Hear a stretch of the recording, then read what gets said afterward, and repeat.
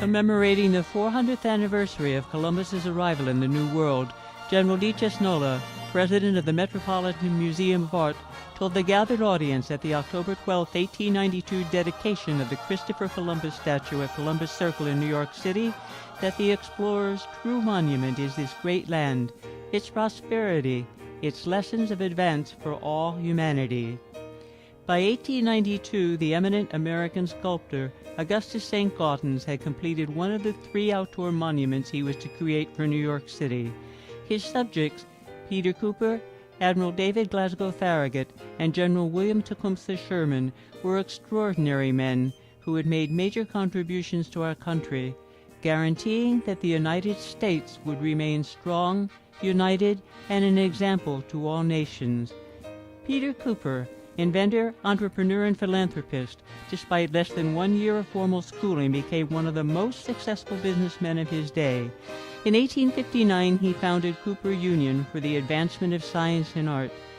Saint-Gaudens was one of the earliest graduates of Cooper Union, so it was fitting that following Cooper's death in 1883, he was commissioned to design a memorial to this creative thinker.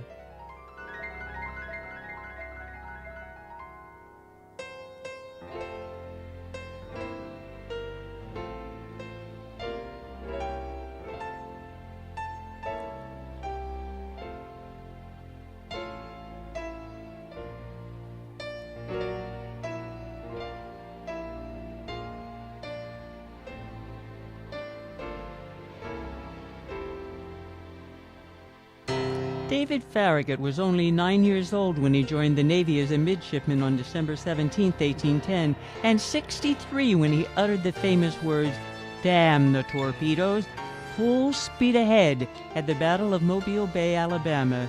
His audacious attack into a bay strewn with floating barrels filled with gunpowder ensured a great victory for the North on August 24, 1864. Saint-Gaudens' first commissioned public monument, the David Farragut Memorial, was the most sought-after commission of its day. He worked unceasingly for 3 years to perfect his ideas, and presented Farragut as if in the midst of performing his duty on board a ship. There is energy and action, and it's not hard to see why almost everyone realized that this monument marked a defining moment in American sculpture.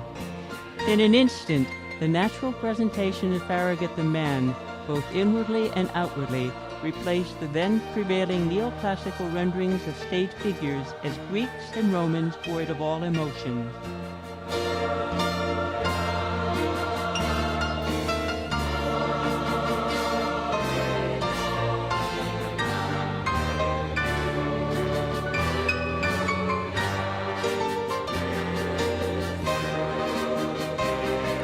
General William Tecumseh Sherman, soldier and educator, distinguished himself during the Civil War and is most recognized for his brutal march to the sea in the end of 1864, which destroyed much of the Confederacy's potential and will to further carry on the war.